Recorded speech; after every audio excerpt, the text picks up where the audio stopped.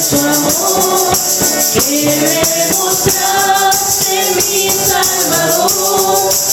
Una morada fuiste a preparar, arriba en los cielos donde iré a morar. Al recordar tu inmenso amor, que me mostraste mi Salvador, una morada fuiste a preparar, arriba en los cielos donde iré a morar. Salimos, hermano, Cristo está aquí, Él te quiere ayudar a caminar.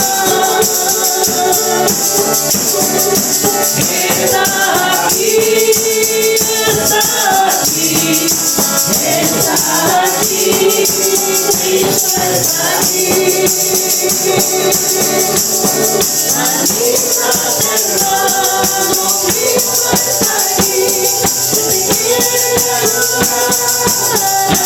caminar. Está aquí, está aquí,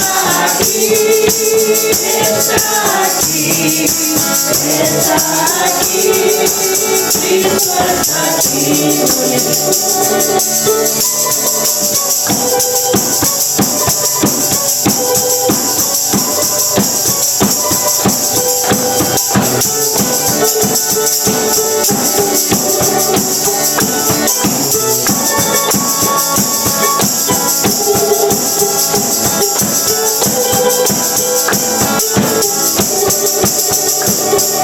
Ahora, mi hermano, debéis prepararte, arregla tus cuentas con el Señor, debéis perdonar y hacer el bien, si quieres con Dios ir a morar. Ahora, mi hermano, debéis prepararte, arregla tus cuentas con el Señor, debéis perdonar y hacer el bien, si quieres con Dios ir a morar. Anímate, hermano, Cristo está aquí, Él te quiere ayudar a caminar. Está aquí, está aquí, está aquí, Cristo está aquí. Anímate, hermano, Cristo está aquí, Él te quiere ayudar a caminar. Está aquí, está aquí, está aquí, Cristo está aquí.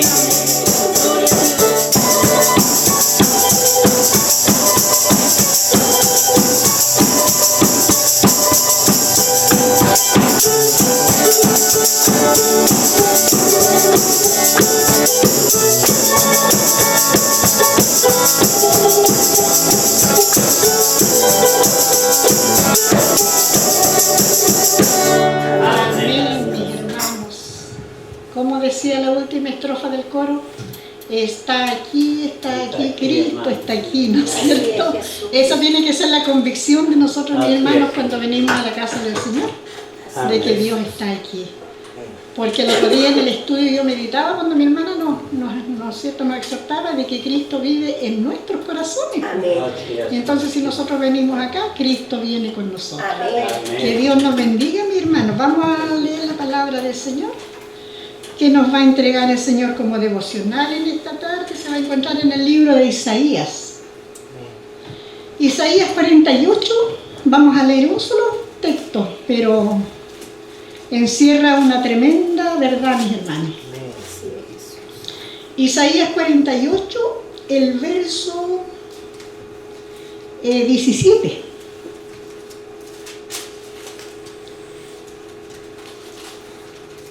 Isaías 48, verso 17, dice así en el nombre del Señor. Amén. Así ha dicho Jehová, Redentor tuyo, el Santo de Israel. Yo soy Jehová Dios tuyo, que te enseña provechosamente, que te encamina por el camino que debes seguir. Amén. Amén. Gloria a Dios.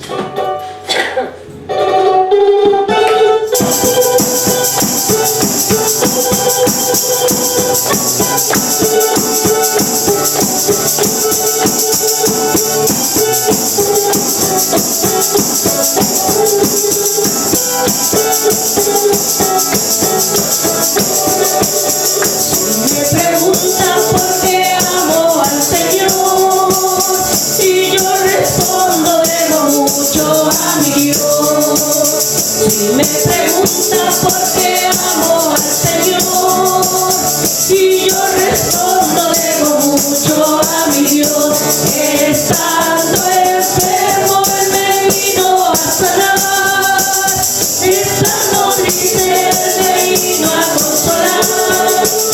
Trajo alegría y a mi ser le dio la paz. Corona de oro en el cielo me dará. Estando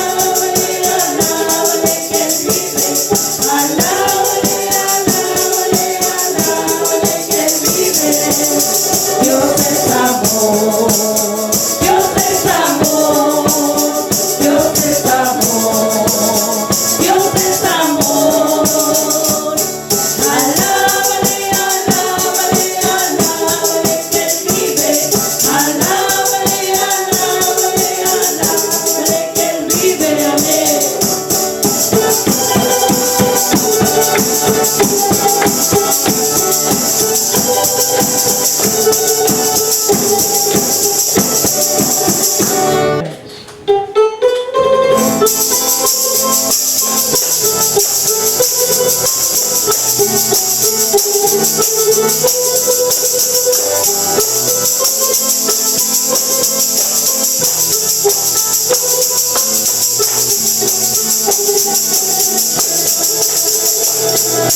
no hubiera sido por el Señor, si no hubiera sido por el Señor, mi alma se hubiera perdido. Si no hubiera sido por el Señor, mi alma se hubiera perdido. Si no hubiera sido por el Señor, si no hubiera sido por el Señor, si no hubiera sido por el Señor, mi alma se hubiera perdido. Si no hubiera sido por el Señor, mi alma se hubiera perdido. Si no hubiera sido por el Señor. Para ti, oh Jehová, para ti quiero cantar. Siento gozo en mi alma cuando canto para ti, oh Jehová, para ti quiero cantar. Siento gozo en mi alma cuando canto para ti. Por tu grande amor eres lo máximo y mi alma se goza cuando canto para ti. Por tu grande amor eres lo máximo y mi alma se goza cuando canto para ti. Para ti, oh Jehová, para ti quiero cantar. Siento gozo en mi alma cuando canto para ti, oh Jehová, para ti quiero cantar. Siento gozo en mi alma cuando canto para ti. Por tu grande amor eres lo máximo y mi alma se goza cuando canto para ti. Por tu grande amor eres lo máximo y mi alma se goza cuando canto para ti.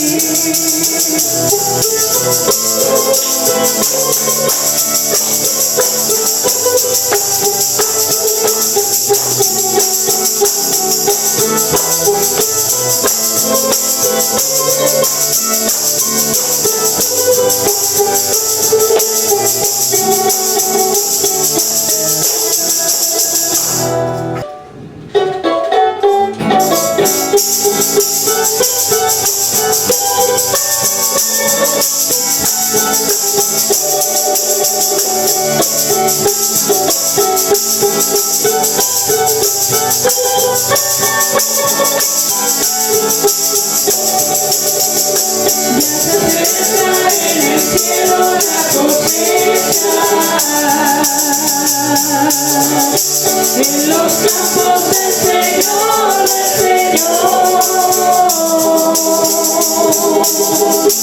aunque la cizaña crezca juntamente con el trigo, tú la pasarás, Señor. Trigo soy del granero del Señor,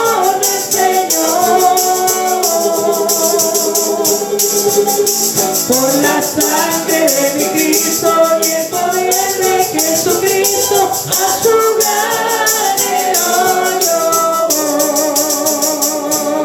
voy. Trigo soy del granero del Señor,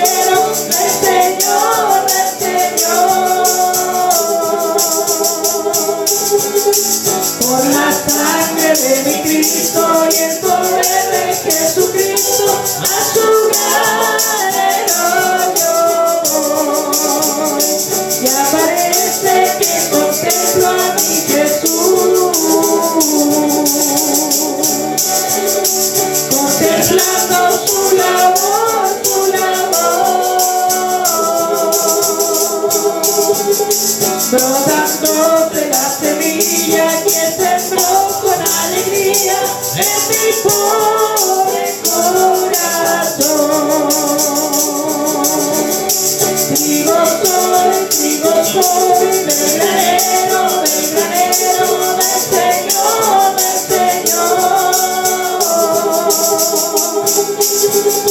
Por la sangre de mi Cristo y el poder de Jesucristo, a su granero yo voy.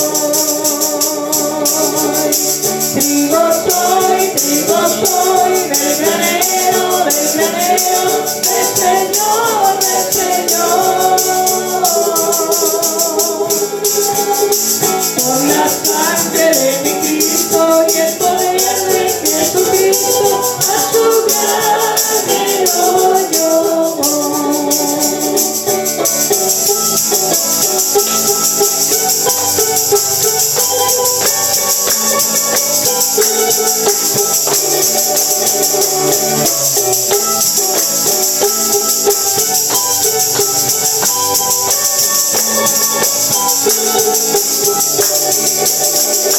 Por doquiera los pilares hoy se gozan, alabando al Señor con amor.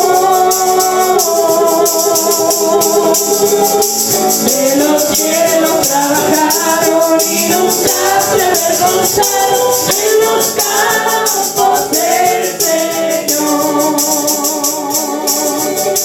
Trigo soy del granero, del Señor, del Señor. Por la sangre de mi Cristo y el poder de Jesucristo, a su granero yo voy. Trigo soy del granero, del Señor, del Señor. Por la sangre de mi Cristo y el poder de Jesucristo, a su granero yo voy.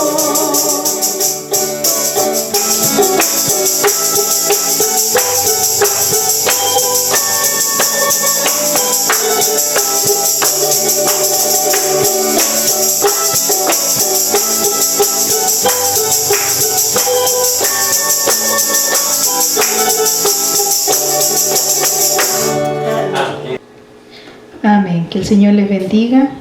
Primeramente quiero agradecer al Señor por la vida y la salud que Él me concede, por poder estar aquí, ¿no es cierto?, y predicar su palabra, porque no es nuestra, sino es su palabra. Su palabra se va a encontrar en el Salmo 40. Vayan buscándola ahí, Salmo 40. 8. Salmo 48.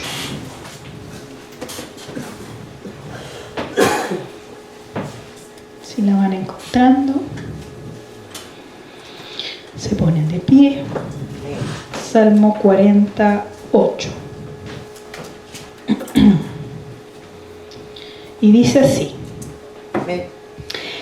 el hacer tu voluntad, Dios mío, me ha agradado, y tu ley está en medio de mi corazón. Amén. Puede tomar su asiento. Solo hay un verso. Es algo, muchas veces hablamos, hacer la voluntad de Dios.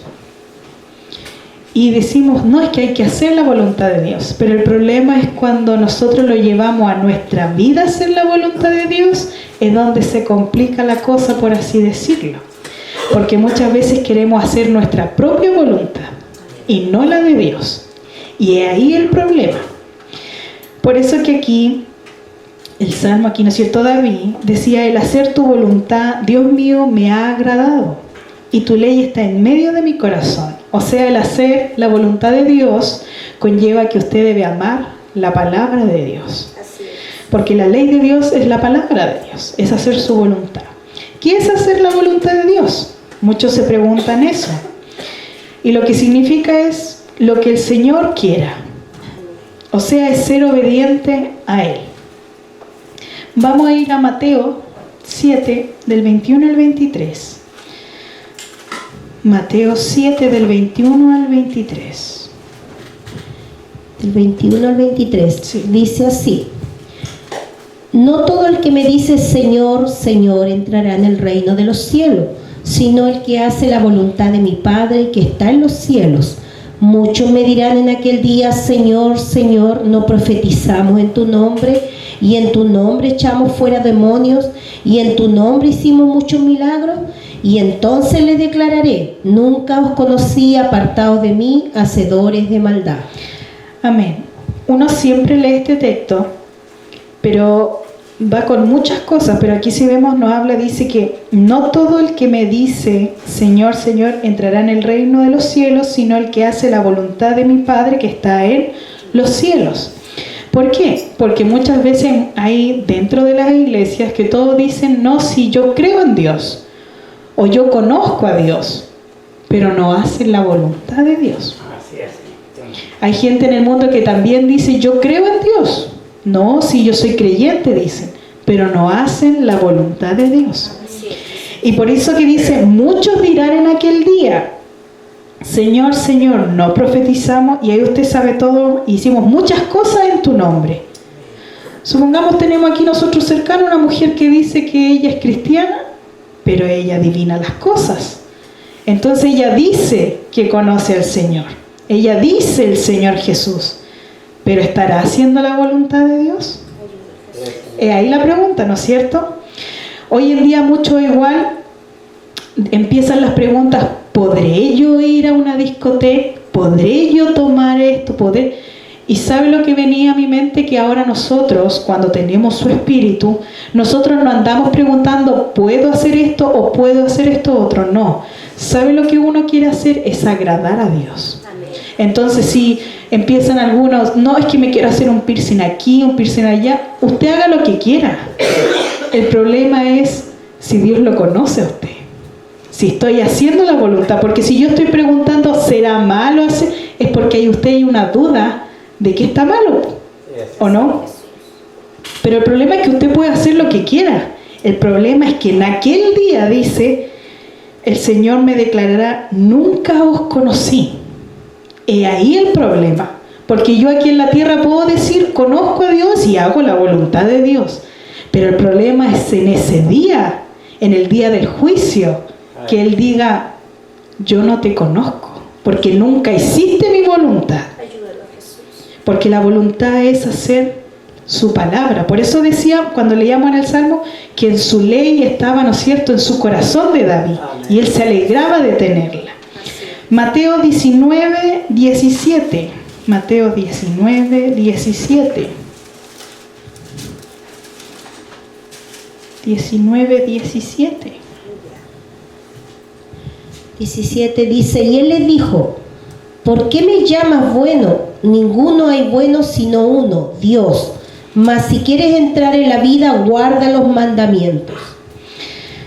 Aquí vemos a un joven que le preguntaba, ¿no es cierto?, el joven rico. Todos conocen la historia del joven rico, ¿no es cierto? Y le preguntaba, y aquí también, ¿por qué Jesús se decía a él que no era bueno? Porque él estaba aquí en la tierra. Entonces decía que solamente había uno bueno, que era Dios, el Padre, ¿no es cierto? Porque él así aún se miraba que no era bueno. Pero decía: ninguno hay bueno. Por eso que uno jamás debe decir: yo soy bueno. Porque el mismo Jesús está diciendo que no hay ninguno bueno. Porque si no, no necesitaríamos el sacrificio de Cristo. Dice: mas si quieres entrar en la vida, o sea, en la eternidad, guarda los mandamientos. Por eso que yo le decía, hacer la voluntad de Dios es guardar su palabra y hacerla, no solamente leerla, sino es vivirla, porque cuando uno vive su palabra, uno va a querer agradar a Dios, uno va a querer que su olor agradable llegue delante de Dios, y no andemos, ¿no es cierto?, con olor a carne. Va con las otras predicaciones, ¿no es cierto? Vamos a leer un capítulo completo de Primera de Tesalonicenses 4. No quise cortarlo porque ahí habla completamente ese capítulo. Primera de Tesalonicenses 4. Dice así, por título lleva: la vida que agrada a Dios.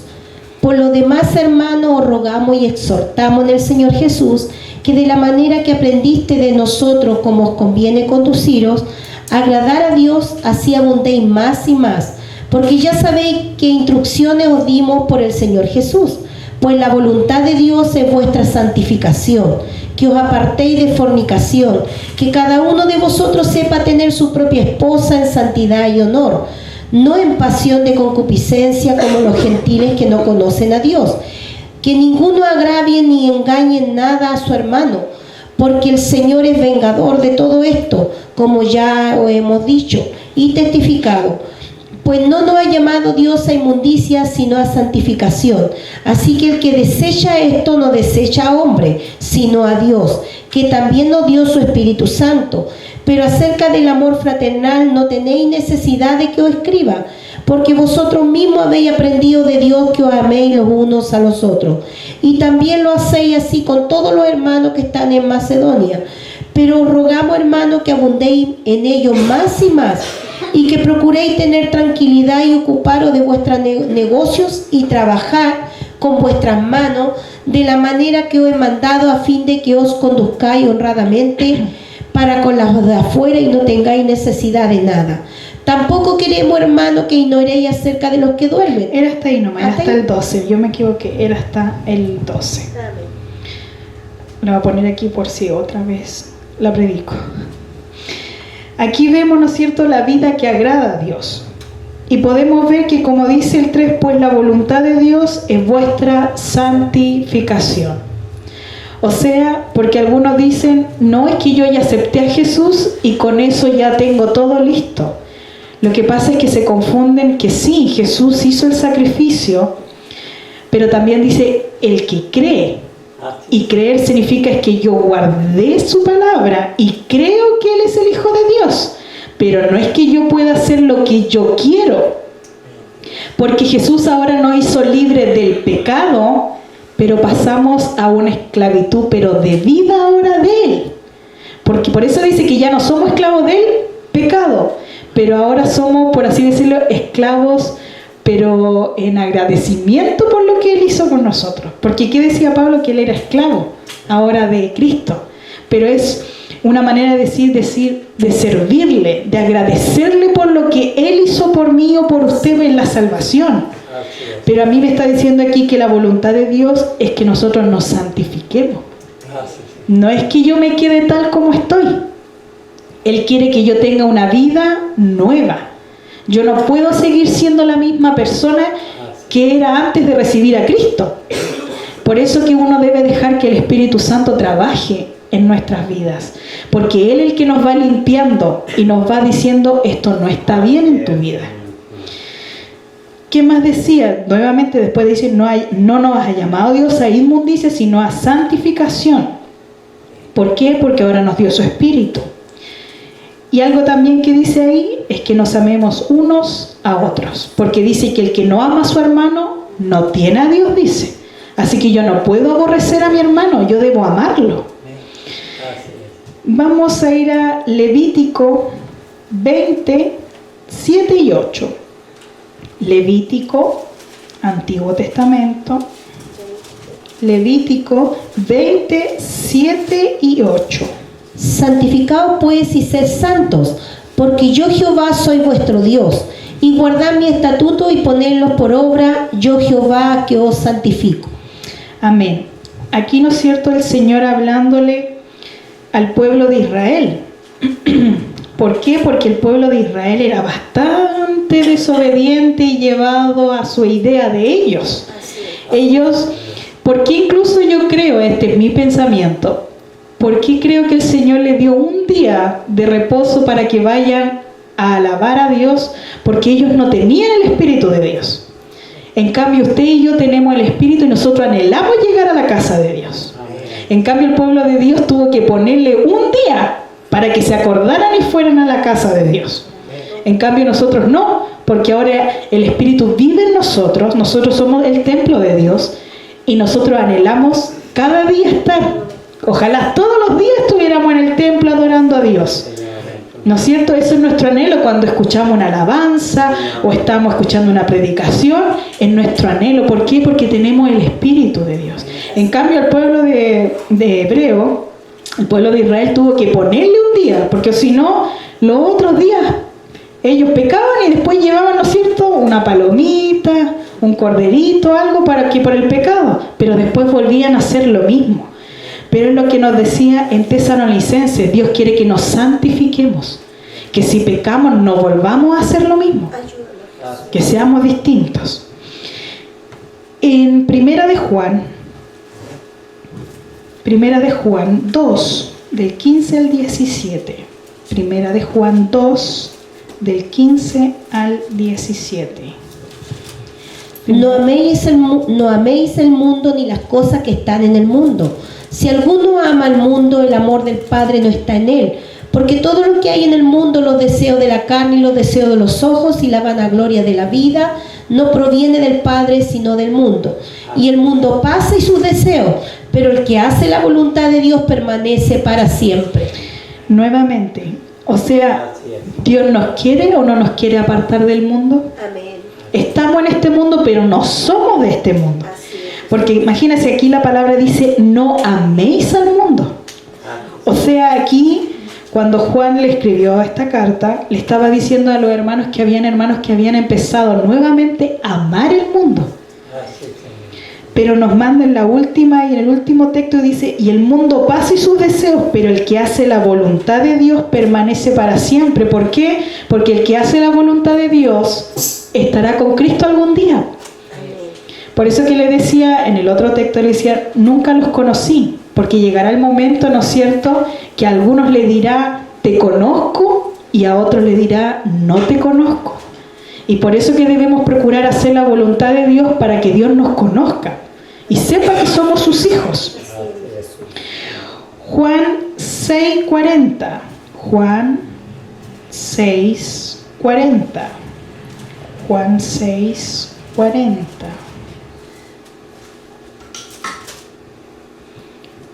Juan 6:40.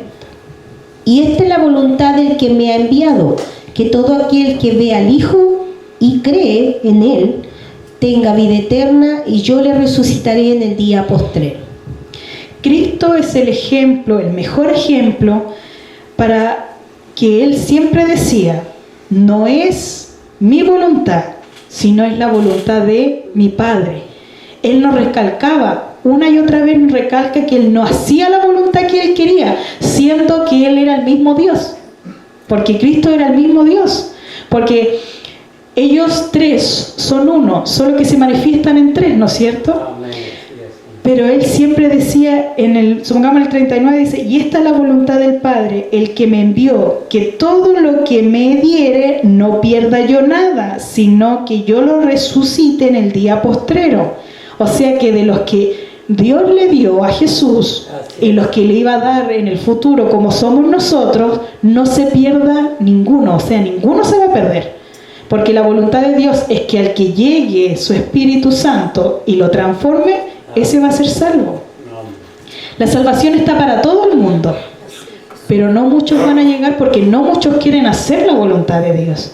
Y ese es el problema, porque muchas veces nuestros deseos carnales nos llevan a hacer las otras cosas, las obras de la carne, en vez de tener el fruto del Espíritu. Y podemos ir muriendo. Por eso que a la iglesia de la Odisea, si no me equivoco, no, la que le dice que hay unas cosas que están por morir, no sé si es esa, pero le dice, cuídate de las cosas que están por morir. O sea que podemos ir muriendo pausadamente si empezamos a dejar las cosas del mundo que entren en nosotros, hermano. O sea, peligramos que si no cuidamos de hacer la voluntad de Dios, podemos ir muriendo pausadamente. Por eso dice las cosas que están por morir. ¿O la busco acá? Espérame, la voy a buscar en el teléfono. Sí, en la de Sardis. En la de Sardis. ¿La leo? Sí. Es Apocalipsis 3, dice, escribe el ángel de la iglesia de Sardis, el que tiene los 7 espíritus de Dios y las 7 estrellas, dice esto, yo conozco tus obras, que tienes nombre de que vives y estás muerto. Sé vigilante y afirma las otras cosas que están para morir, porque no he hallado tus obras perfectas delante de Dios. No sé si sí. Ahí, nos dice que no he hallado tus obras perfectas. ¿Cómo estaremos delante? Yo siempre me pregunto, ¿cómo estará mi hoja de vida delante del Señor? ¿Habrá números rojos o habrá números azules como en el colegio cuando nos ponían las notas? ¿Qué escribirán los ángeles? Carolina hizo esto este día, hizo esto otro. No hizo tu voluntad, sí hizo la voluntad. Se está yendo para otro lado. ¿Y se imagina usted cuando sea ese día y se abran los libros y dice que el Espíritu es el que escudriña todo pensamiento? Él también, tal vez él también tiene su libro y se va a abrir ese libro de lo que pensamos. Imagínense, de todo lo que pensamos, de lo que dijimos. Imagínense cada cosa, nada. Por eso que me gusta esa palabra cuando dice que Dios no puede ser burlado. Todo lo que el hombre segare, eso, ¿no es cierto? O sea, sembrare, eso segará. Por eso que debemos segar para vida eterna, ¿no es cierto? Y hacer la voluntad de Dios. Proverbios. Vamos a ir a Proverbios. Yo lo voy a leer porque voy leyendo, me voy a ir saltando algunos, pero es Proverbios 3. Proverbios 3, pero me voy a ir saltando para no leerlo completo. Si usted tiene tiempo en su casa, lo lee completo ahí en Proverbios 3. Le voy a pedir a mi mami que me lea del 1 al 8.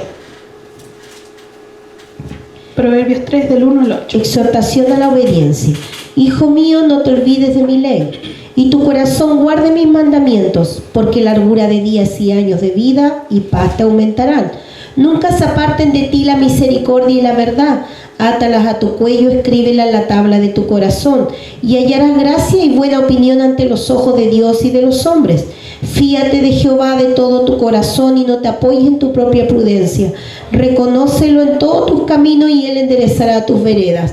No seas sabio en tu propia opinión, teme a Jehová y apártate del mal, porque será medicina a tu cuerpo y refrigerio para tus huesos. Amén. Esto, ¿no es cierto? Y dice exhortación a la obediencia. Que siempre yo debo fiarme, ¿no es cierto?, de Jehová y no apoyarme en lo que yo pienso. Aquí no está diciendo eso el proverbio. Y que lo reconozca en mis caminos. Y que no sea sabio en lo que yo creo saber, sino en su palabra. Yo no me puedo salir de lo que dice su palabra. Después el 11 y el 12 dice: no menosprecies, hijo mío, el castigo de Jehová, ni te fastigues de su corrección, porque Jehová al que ama castiga, como el padre al hijo a quien quiere. O sea que si somos sus hijos, pero no estamos haciendo la voluntad de Él, nos va a corregir, nos va a castigar. Porque somos, ¿qué decía Jesús? Ninguno de los que el Señor me dio se va a perder. Pero si nosotros no estamos haciendo su voluntad y somos sus hijos, nos va a traer como sea a la línea recta. Eso es lo que quiere decir. Que no nos vamos a perder si somos sus hijos, pero Él nos va a castigar si no estamos haciendo lo correcto. Pero qué mejor que nos castigue y vayamos por el camino correcto a que nos deje y vayamos al camino incorrecto, ¿no? Así es. Amén. Santiago 4, del 13 al 17. Santiago 4, del 13 al 17. Dice así: no os gloréis del día de mañana. Vamos ahora a lo que decís: hoy y mañana iremos a tal ciudad y estaremos allá un año y traficaremos y ganaremos. Cuando no sabéis lo que será mañana, porque ¿qué es vuestra vida? Ciertamente es neblina que se aparece por un poco de tiempo y luego se desvanece. En lugar de lo cual debieras decir: si el Señor quiere, viviremos y haremos esto o aquello. Pero ahora os jactáis en vuestras soberbias. Toda jactancia semejante es mala. Al que sabe hacer lo bueno y no lo hace, le es pecado.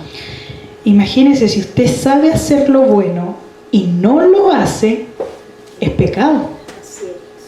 Así que imagínese, sabiendo la palabra y no la hacemos, estamos pecando. También aquí nos habla de lo que siempre proponemos: no, yo el otro año voy a hacer esto, esto otro y esto otro. Pero nunca digo si Dios quiere.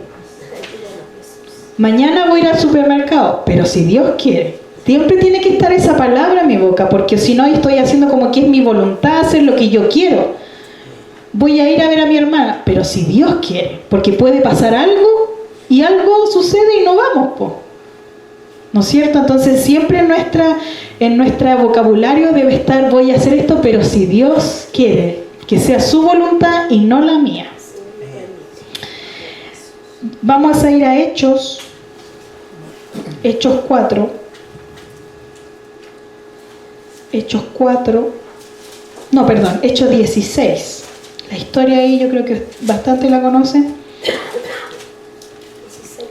Vamos a leer una historia para ver la voluntad de Dios. Vamos a leer del 6 al 40. Dice, la visión del varón macedonio. Hechos 16 del 6 al 40. Dice, del 6 al 40. Y atravesando Frigia y la provincia de Galacia, le fue prohibido por el Espíritu Santo hablar la palabra en Asia. Y cuando llegaron a Misia, intentaron ir a Bitinia, pero el Espíritu no se lo permitió. Y pasando junto a Misia, descendieron a Troas.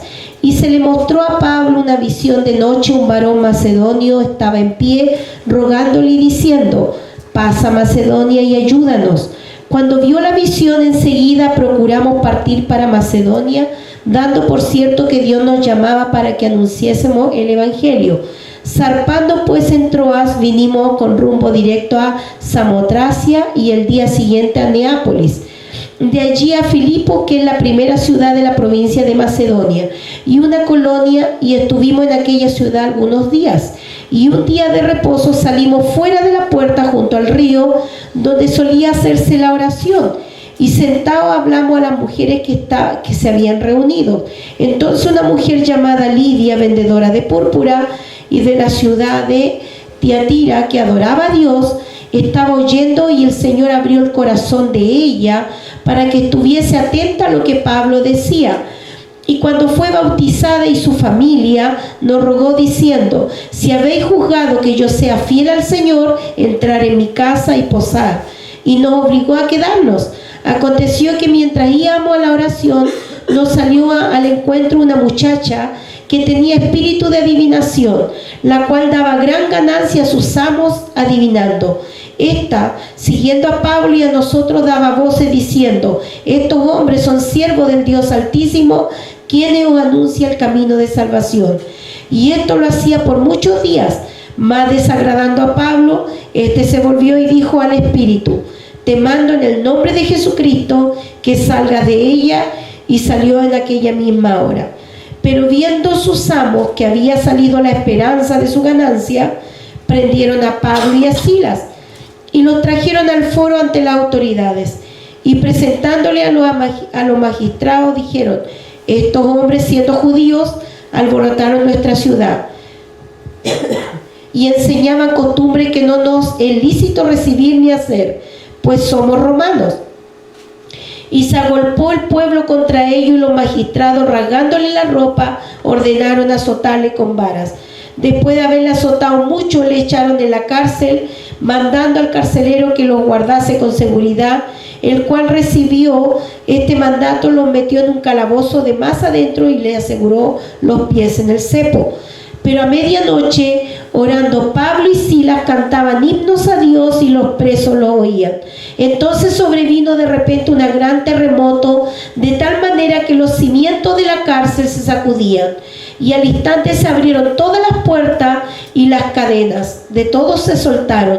Despertando el carcelero y viendo abiertas las puertas de la cárcel, sacó la espada y se iba a matar, pensando que los presos habían huido. Mas Pablo clamó a gran voz diciendo, no te hagan ningún mal, pues a todos estamos aquí.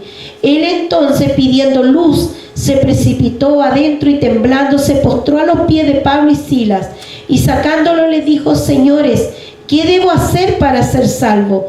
Ellos dijeron, cree en el Señor Jesucristo y serás salvo tú y tu casa. Y le hablaron la palabra del Señor a él y a todos los que estaban en su casa.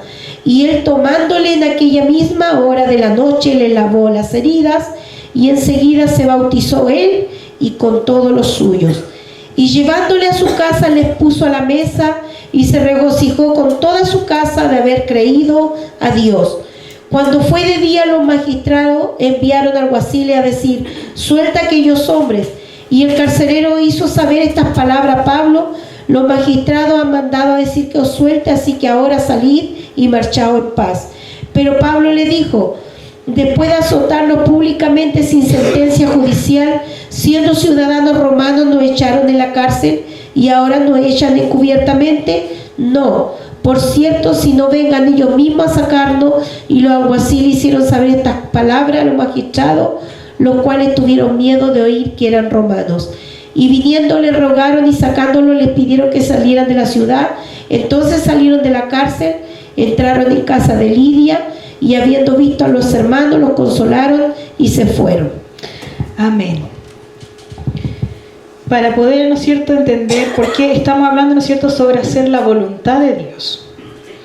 Y al inicio de esta lectura nos dice: les fue prohibido por el Espíritu Santo hablar la palabra en Asia. Pero mediante, ¿no es cierto?, iban ahí viajando, se desviaron entonces porque no era la voluntad de Dios que vayan a ese lugar a predicar, sino que se vayan para este otro lado, a Macedonia. Y algunos dirán: pero fueron a Macedonia y los golpearon, los echaron a la cárcel. Sí, tuvieron que pagar ese precio, pero lo que hizo Dios, primeramente con Lidia y después con la casa del carcelero, es la voluntad de Dios. ¿Por qué? Porque se iban a salvar almas. Muchas veces los hijos de Dios tienen que pagar tal vez el precio de pasar por cosas, como pasan hoy día los misioneros, que van a Corea del Norte, que van a China o a la India o a los países musulmanes y son golpeados. ¿Pero por qué? Porque tienen que ir a predicar la palabra y la gente se salva por medio del Espíritu Santo. Pero ¿a qué voy con esto? Que muchas veces no comprendemos la voluntad de Dios. Pero su voluntad, si Él quiere salvar a alguien, lo va a hacer y nos va a utilizar. Pero tal vez no de la mejor manera para algunos, así como Pablo. Usted se puede entender que a él le pegaron. Aquí dice: y los magistrados, rasgándole las ropas, ordenaron azotarlos con varas. ¿Se imagina ahí usted ahí con varas azotándolo? Usted, y ahí después usted podría cantar. Y ahí se ve el verdadero hijo de Dios que está haciendo la voluntad. Porque Pablo hubiera dicho: mejor hubiéramos ido a Asia, pues. Tal vez no me hubieran pegado.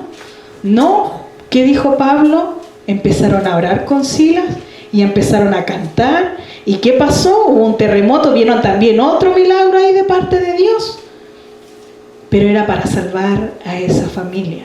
Por eso que muchas veces la gente no entiende cuando le dicen: no, es que es voluntad de Dios. Pero a veces no vemos la voluntad de Dios y nos cegamos y queremos ver nuestra propia voluntad.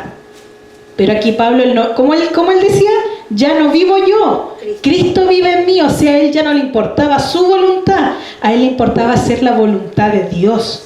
Aunque fuera encarcelado, fuera golpeado, fuera vituperado, él hacía la voluntad de Dios. Por eso que Pablo decía: cópenme a mí, porque yo le copio a Cristo, ¿no es cierto?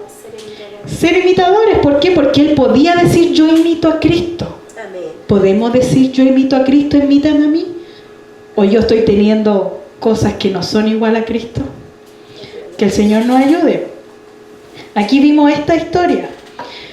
Y en Samuel también vamos a ver otra historia. Después vamos a ver Samuel y después Génesis y después unos par de versos. Segunda, vamos a ir a ver ahí qué pasó, por qué. Algunos dirán: pero él quería. Segunda de Samuel 6, del 1 al 8. Él quería hacer algo bueno. Pero a veces pensamos hacer cosas buenas que no están en la voluntad de Dios. Segunda de Samuel 6, del 1 al 8. Dice así: David volvió a reunir a todos los escogidos de Israel, 30,000. Y se levantó David y partió de Bala a Judá, con todo el pueblo que tenía consigo, para hacer pasar allí el arca de Dios, sobre el cual era invocado el nombre de Jehová de los ejércitos, que mora entre los querubines. pusieron el arca de Dios sobre un carro nuevo y lo llevaron de la casa de Abinadab, que estaba en el collado, y Usa y Agio y los hijos de Abinadab guiaban el carro nuevo. Y cuando lo llevaban de la casa de Abinadab, que estaba en el collado con el arca de Dios, Agio iba delante del arca. Y David y toda la casa de Israel danzaban delante de Jehová con toda clase de instrumentos de madera de haya, con arpas, salterios, panderos, flautas y címbalos. Cuando llegaron a la era de Nacón, Usa extendió su mano al arca de Dios y la sostuvo porque los bueyes tropezaban. Y el furor de Jehová se encendió contra Usa y lo hirió allí Dios por aquella temeridad, y cayó allí muerto junto al arca de Dios. Y se entristeció David por haber herido Jehová a Usa, y fue llamado aquel lugar Pérez Usa hasta hoy, que es quebrantamiento. Amén.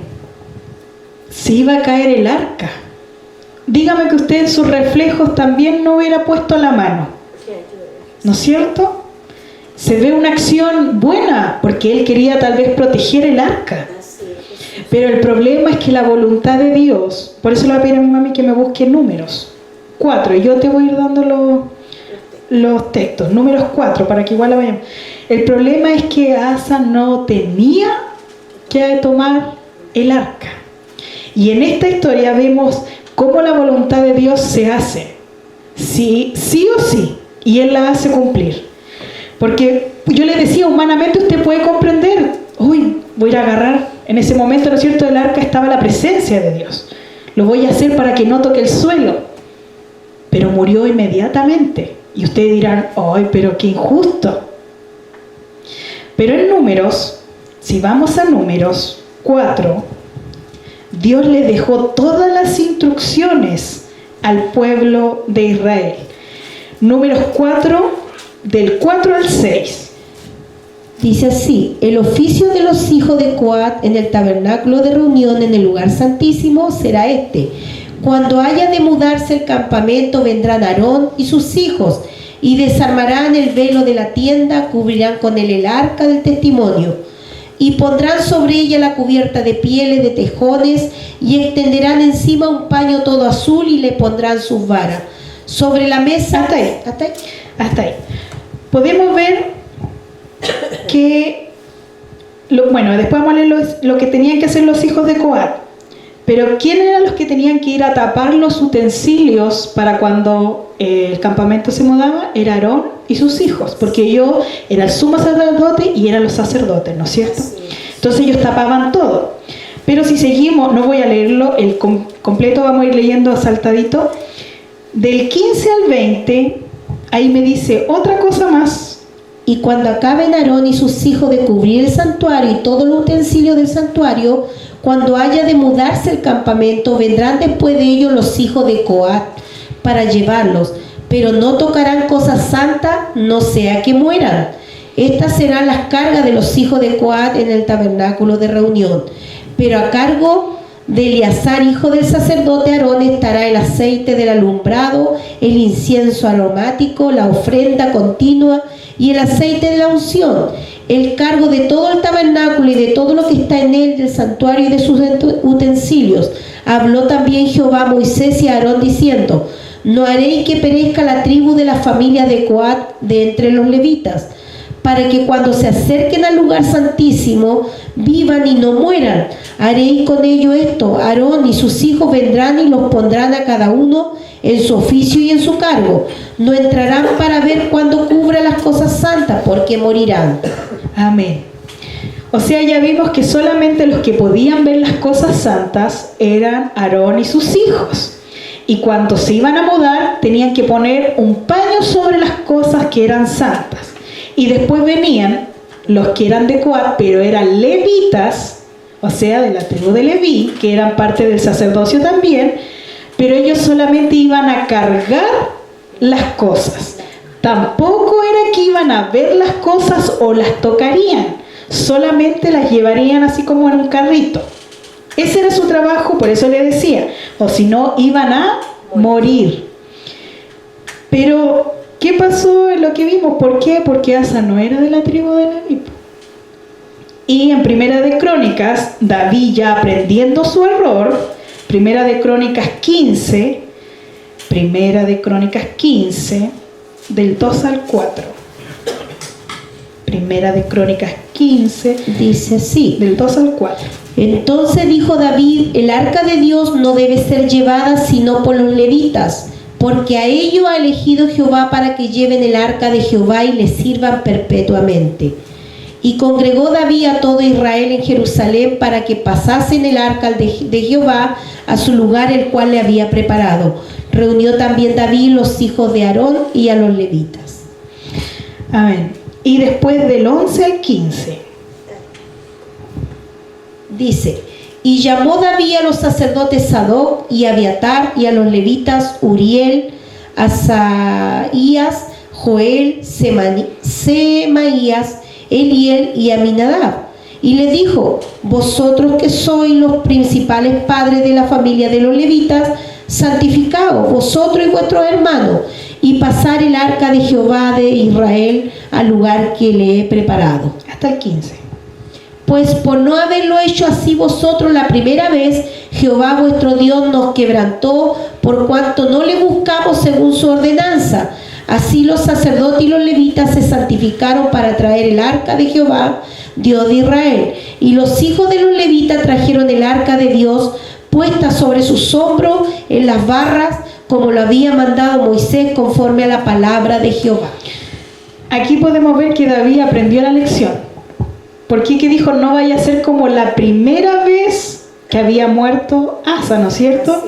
Pero que también los mandó a hacer porque algo que no habían hecho, a santificarse para poder hacer este tipo de cosas. O sea, a veces debemos aprender con sufrimiento a hacer la voluntad de Dios. Porque aquí vemos que a David le costó un hombre, ¿no es cierto? Uno de sus hombres. Pero era la voluntad de Dios y no hay cómo salirse de la voluntad de Dios. Por más que usted quiera hacer la suya, está la voluntad de Dios primero. Y aquí, por más que usted quiera hacer, supongamos algunos, no, es que yo quiero, se imagina que uno dijera, ¿sabe? Voy a robar para irme a la cárcel y así poder ir a predicar el evangelio. Dígame que no suena tonto. Pero algunos dirán, ay, pero quiere una buena intención ir a predicar. Pero uno igual puede ir a predicar a la cárcel, pero no tiene que estar dentro de la cárcel haciendo un robo. O algunos dirán, ay, no, es que yo quiero ir a predicarle a las discotecas. ¿Quién en la discoteca usted lo va a pescar o a escuchar en ese momento? Si Dios le va a dar para predicar, pero no haga cosas que parecen buenas cuando Dios no lo ha mandado. ¿Qué pasó con Pablo? Le pidió, yo creo que él oró antes y el Espíritu Santo no lo dejó. Por eso a nosotros nos ha pasado varias veces, nos han invitado a ciertas partes y ¿qué hacemos como familia? Oramos. Y Dios manda su respuesta. Y nosotros ya entendemos cuando Dios nos habla. Porque cuando nos dice, si quieren ir, vayan, pero está bajo su decisión. Ah, no. Porque nuestra decisión siempre va a querer cosas que a Dios, en cambio es distinto, porque cuando Dios nos ha dicho, vayan, porque yo voy a ir con ustedes. Ahí es muy distinto. Porque ahí nos ponemos medio a Moisés y decimos, si tu presencia va con nosotros, amén. Si no, no. A mí una vez, hace muchos años, me tocaba ir a un lugar y yo le oré al Señor y el Señor me dijo que no. Y cuando yo lo dije en el coro, le dije, yo no puedo ir porque Dios no me permite ir. Me miraron como cosa rara, como que está loca. Bueno, creer en Cristo es locura, ¿no es cierto? Y hacer su voluntad también. Y ahora también he comprendido que cuando nos han invitado y de repente hay algo, no, me dice que no. Porque hay otras veces que como que nos invitan y amén, vamos. Pero hay otras veces que hay algo que me dice no. Y he aprendido a escuchar al Espíritu Santo. Si Él es el que nos está diciendo que no, que sí. Y hay que aprender porque si no, lo que le pasó a David nos puede pasar también. Si no hacemos su voluntad, nos puede costar algo. La desobediencia. También vamos a ir a Génesis a ver a un joven, muy joven, que a los 17 años fue vendido Génesis, primero vamos a leer Génesis 50, del 15 al 26. Génesis 50, del 15 al 26.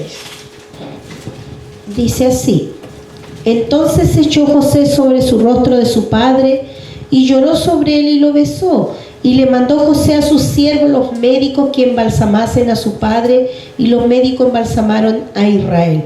Y le cumplieron 40 días, porque así cumplían los días de los embalsamados, y lo lloraron los egipcios 60 días. Y pasados los días de su luto, habló José a la casa de Faraón, diciendo: si he hallado ahora gracia en vuestros ojos, os ruego que habléis al oído de Faraón, diciendo: mi padre me hizo jurar, diciendo: he aquí que voy a morir. Era del 15 al 20. Perdón, muerte José. Sí, del 15 al 26. Ya me había emocionado. Sí, porque todo el 50 no. Viendo los hermanos de José que su padre era muerto, dijeron: quizás no aborrecerá a José y nos dará el pago de todo el mal que le hicimos. Y enviaron a decir a José: tu padre mandó antes de su muerte, diciendo: así diréis a José: te ruego que perdone ahora la maldad de tus hermanos y tu pecado, porque mal te trataron. Por tanto, ahora te rogamos que perdone la maldad de los siervos de Dios de tu padre. Y José lloró mientras hablaban. Vinieron también sus hermanos, se postraron delante de él y dijeron: henos aquí por siervos tuyos. Y le respondió José: no temáis, ¿acaso estoy yo en lugar de Dios? Vosotros pensasteis mal contra mí, mas Dios lo encaminó a bien, para hacer lo que veremos hoy, para mantener en vida a mucho pueblo. Ahora pues no tengáis miedo, yo os sustentaré a vosotros y a vuestros hijos. Así los consoló y les habló al corazón. Y habitó José en Egipto, y él en la casa de su padre, y vivió José 110 años. Y vio José a los hijos de Efraín hasta la tercera generación. También los hijos de Maquir, hijo de Manasés, fueron criados sobre la rodilla de José. Y José dijo a sus hermanos: yo voy a morir, mas Dios ciertamente os visitará y os hará subir de esta tierra a la tierra que juró a Abraham, a Isaac y a Jacob. E hizo jurar José a los hijos de Israel, diciendo: Dios ciertamente os visitará y haréis llevar de aquí mis huesos. Y murió José a la edad de 110 años, y lo embalsamaron y fue puesto en ataúd en Egipto. Amén. ¿Por qué quise leer primero esto antes de que vayamos a recorrer? No lo vamos a leer todo porque la historia de José es bastante larga, pero vamos a ir viendo lo que pasaba en cada capítulo. En el 19, bueno, primeramente los hermanos vinieron con mentiras, porque en ninguna parte sale que Israel le había dicho que vayan donde José para que le dijera que los tuviera como siervos. Por eso José le dijo: no temáis, ¿acaso estoy yo en lugar de Dios? Vosotros pensaste mal contra mí, mas Dios lo encaminó a bien, para hacer lo que vemos hoy, para mantener en vida a mucho pueblo. José podría haber estado enojado, haber dicho: fui injustamente vendido. Podría haber estado enojadísimo con sus hermanos y contra Dios, porque hay gente que cuando le pasan cosas inmediatamente le echan la culpa a Dios. Pero aquí vemos que él todo dijo que Dios lo encaminó, o sea que se hizo la voluntad de Dios. Usted sabe que la historia de José empieza en el 37 de Génesis, ¿no es cierto? Y él tenía 17 años cuando sus hermanos lo vendieron. ¿Y por qué? Porque le tenían envidia. Y podemos ver, ¿no es cierto?, que imagínese que su propio hermano a usted le tenga envidia y que lo venda más encima. Yo creo que la Carlita no me perdonaría si yo la vendiera. Yo creo que no me perdonaría. Pero José fue pasando, ¿no es cierto? Después vemos en el 39 que llegó a una casa, ¿no es cierto? Ya fue vendido y llegó a una casa donde su señor lo puso en todo. En todo. ¿Por qué? Porque más encima, todo lo que tocaba José, prosperaba. Si José hacía una huertita, se transformaba en la mejor huerta. El ganado, todo lo que tocaba José prosperaba. ¿Por qué? Porque la gracia de Dios estaba con él. Pero el problema fue que aquí le empezaron las pruebas a José. Y José tal vez no entendía por qué, pero nunca le echó la culpa a Dios.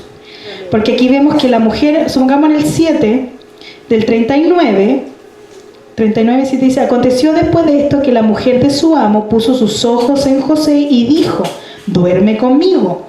Y él no quiso, y dijo a la mujer de su amo, he aquí que mi señor no se preocupa conmigo de lo que hay en su casa, y ha puesto en mi mano todo lo que tiene.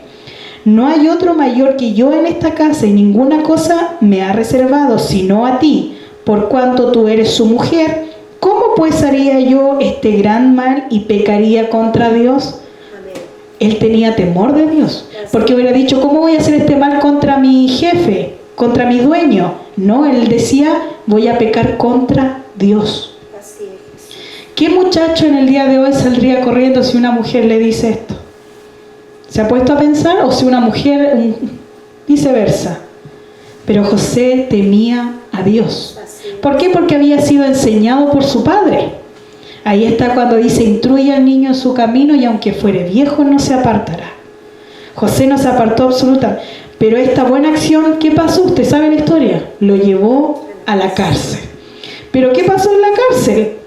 También allá halló gracia.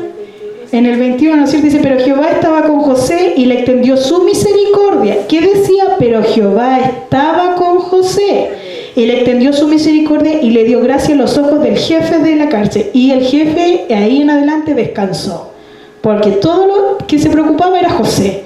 Y la cárcel también prosperaba porque estaba José. Usted sabe que ahí después en el 40 viene cuando interpreta los dos sueños del copero y del panadero, ¿no es cierto? Y le pidió, cuando después de decirle que no se olvidaran de él.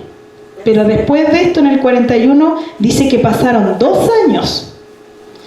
2 años y empezó el faraón a tener un sueño.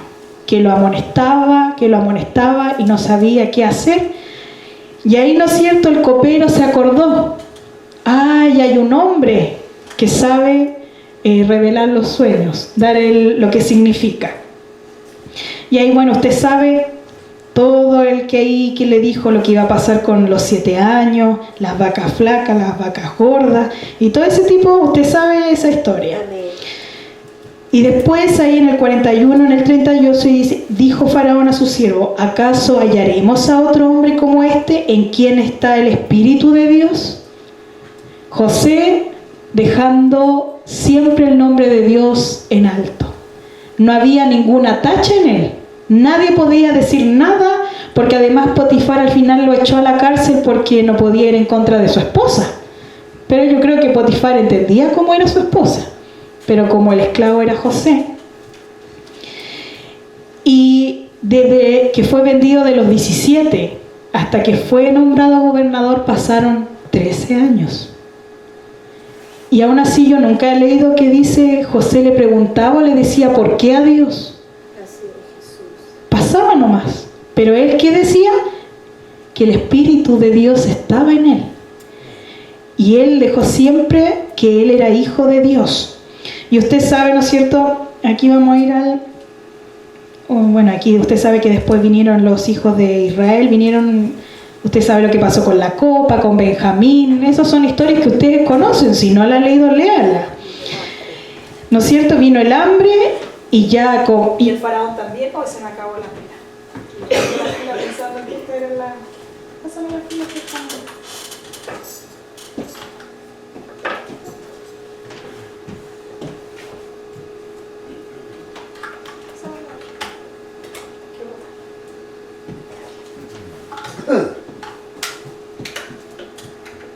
Amén. Faraón también descansó en José, porque José todo lo que hacía prosperaba. Se llenaron los graneros, ¿no es cierto? Usted sabe ahí, y hubo comida para todo el mundo. Todo el que le pasaba la voz decía, en Egipto hay comida, en Egipto hay comida.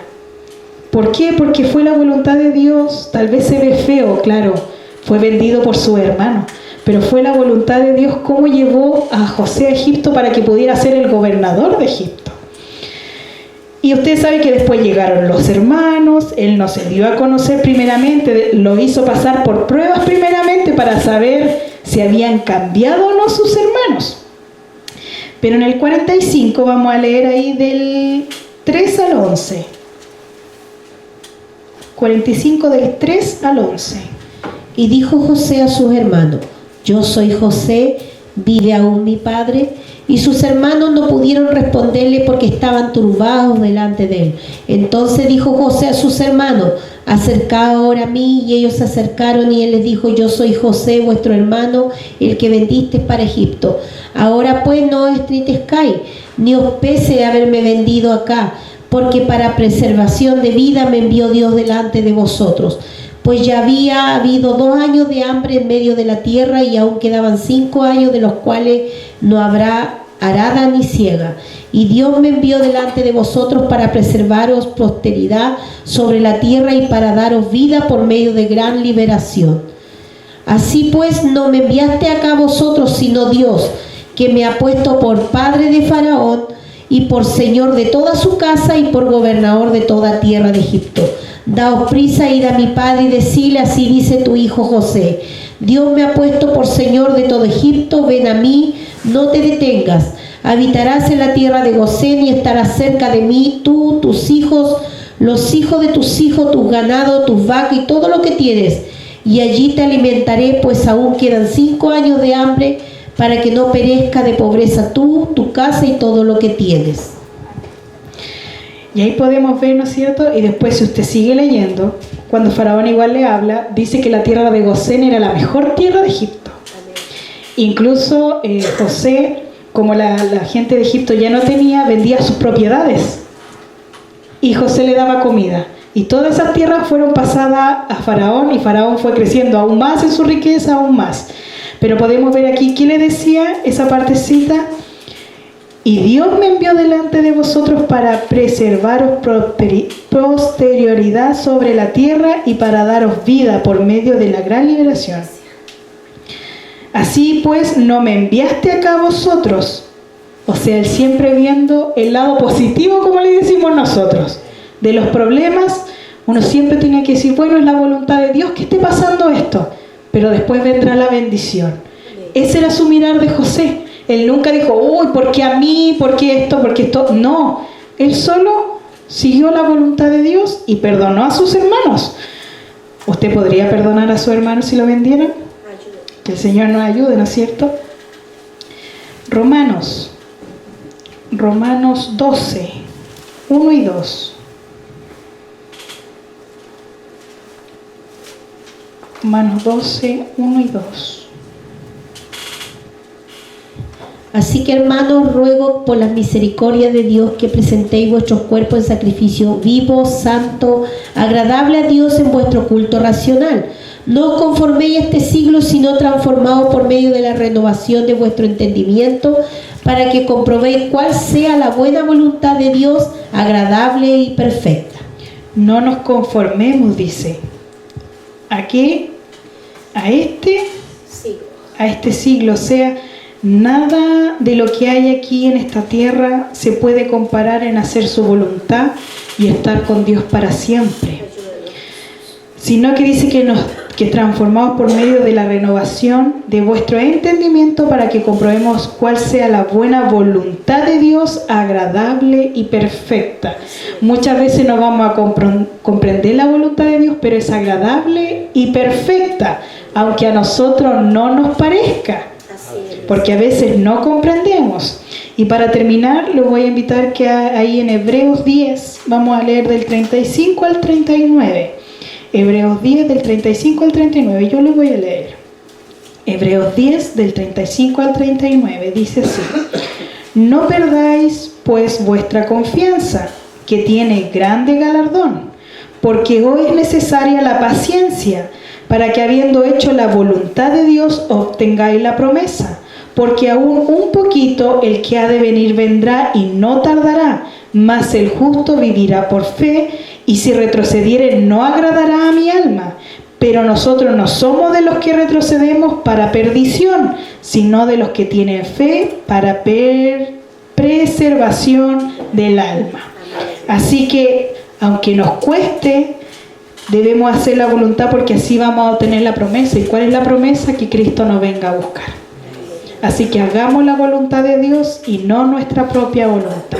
Esa es la palabra, y voy a dejar a mi hermana Laura glorificando al Señor. Gloria a Dios, gloria a Dios, gloria a Dios para siempre. Que el Señor nos bendiga, mis hermanos. Que el Señor bendiga su palabra, ¿no es cierto? En nuestras vidas la palabra del Señor está bendecida, pero es a nosotros que tiene que bendecirnos la palabra, ¿no es cierto? Y para que nos bendiga la palabra tenemos que guardarla y se tiene que ir con nosotros. Amén. Esa es la realidad de todo.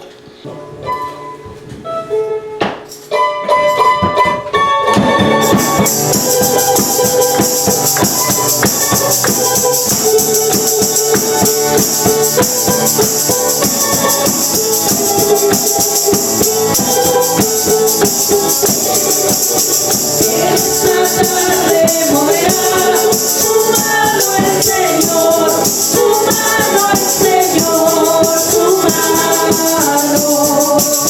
Esta tarde moverá su mano el Señor, su mano el Señor, su mano.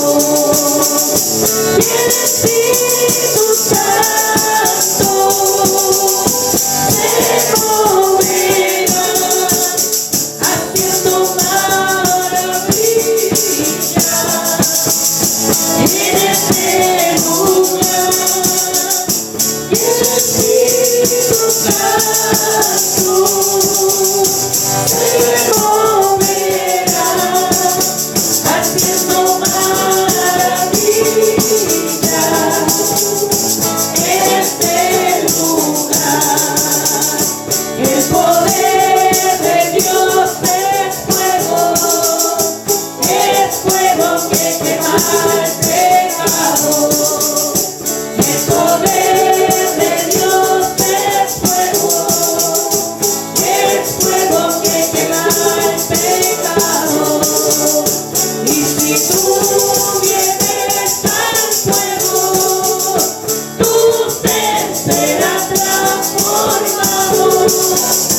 Y si tú vienes al fuego, tú te serás transformado. Esta alegría ya no va a salir, no va a salir. Esta alegría ya no va a salir, no va a salir.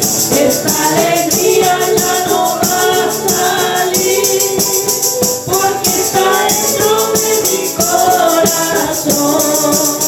El fuego cae, mi Señor, los males salen, gloria a Dios, y los creyentes alaban al Señor.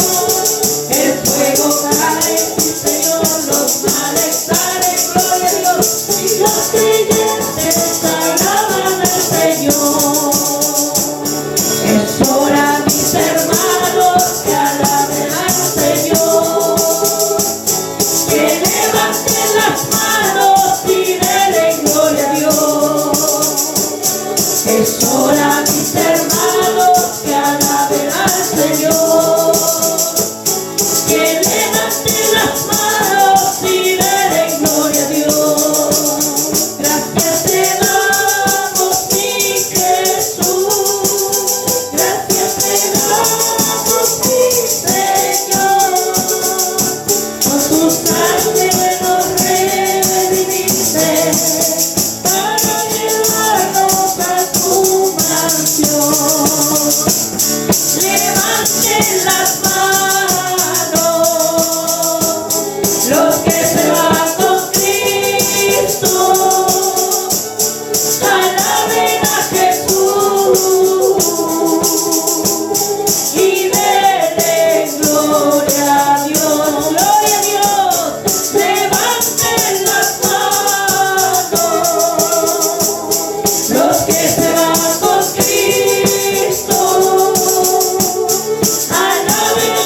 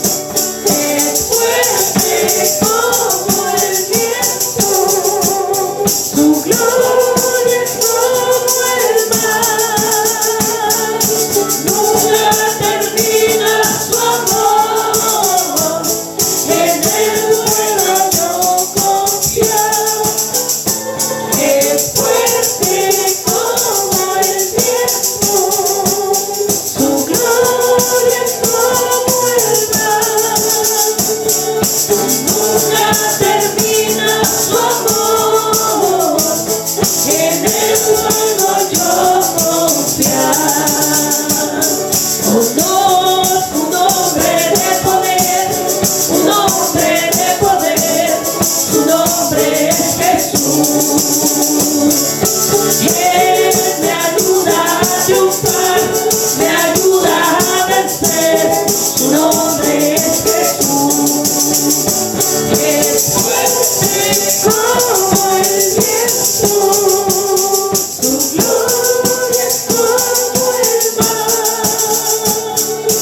Nunca termina su amor, en él puedo yo confiar. Es fuerte como el viento, su gloria es como el mar. Nunca termina su amor, en él puedo yo confiar.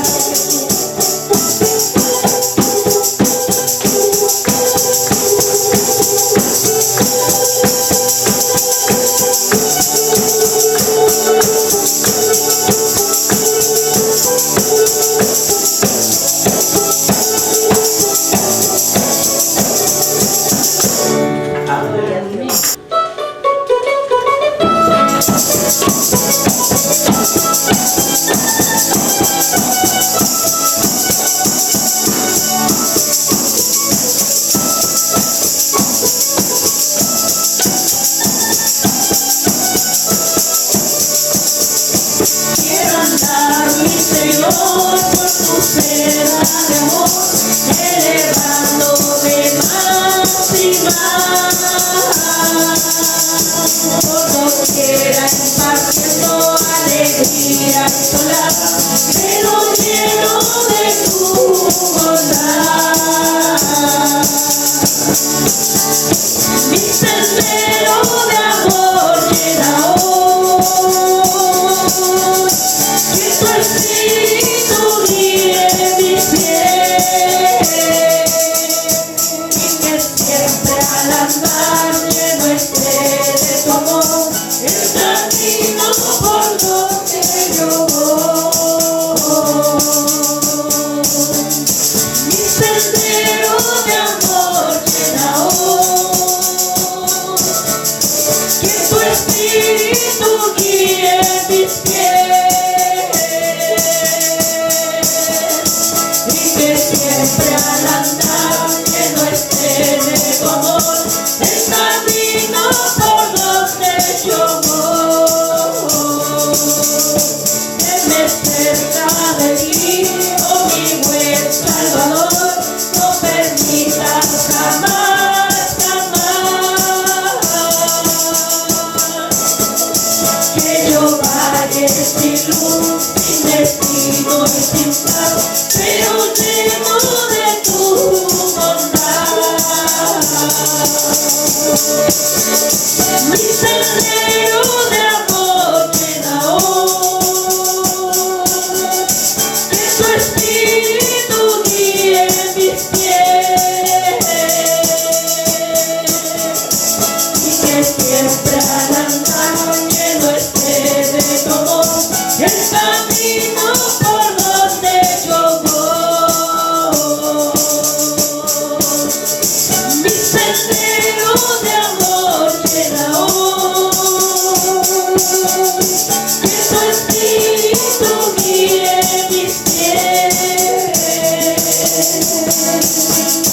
y que siempre al andar lleno esté de tu amor, el camino por donde yo voy.